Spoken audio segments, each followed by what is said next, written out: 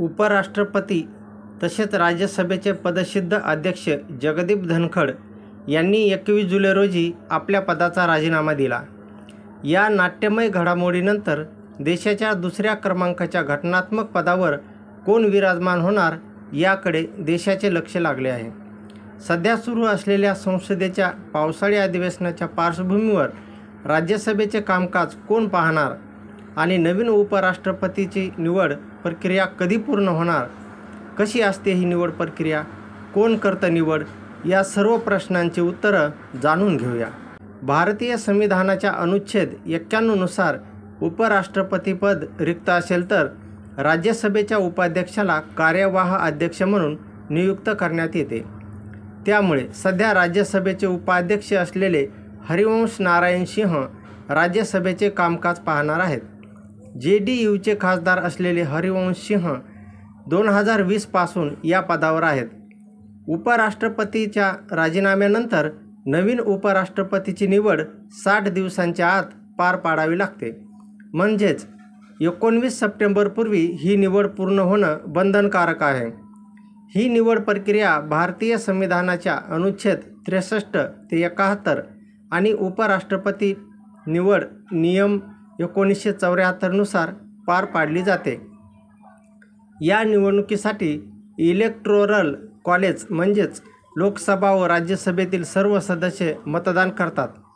सध्या लोकसभेतील 543 आणि राज्यसभेतील 245 अशा एकूण 778 खासदारांचा यात समावेश आहे.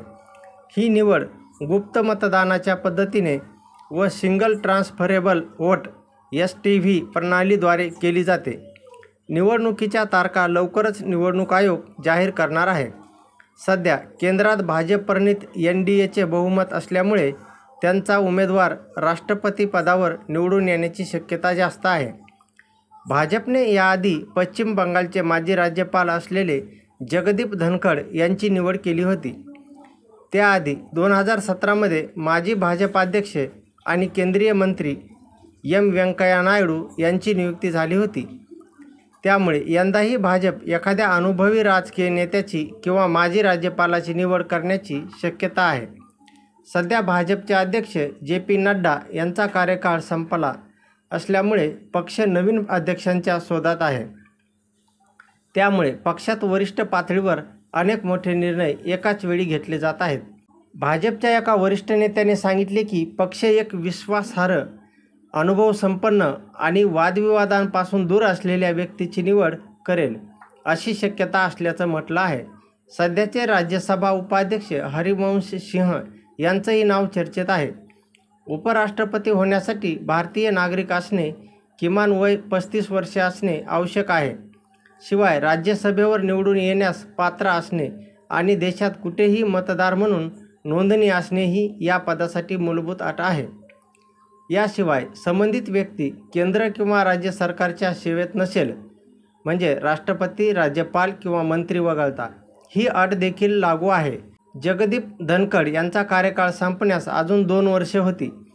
ते 2022 मध्ये उपराष्ट्रपती म्हणून निवडून आले होते.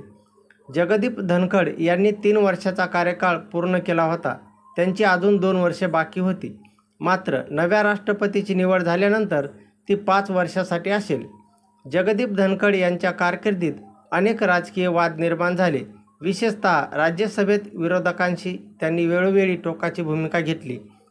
काही वेळा त्यांच्या विधाने केंद्र सरकारलाही अडचणीत आणणारी ठरली. न्यायमूर्ती यशवंत वर्मा यांच्याविरुद्ध महाभियोग प्रस्ताव सादर करण्यात आला. त्याच दिवशी त्यांनी राजीनामा दिला. हा प्रस्ताव खुद्द धनखड यांनी सभागृहात मांडला होता.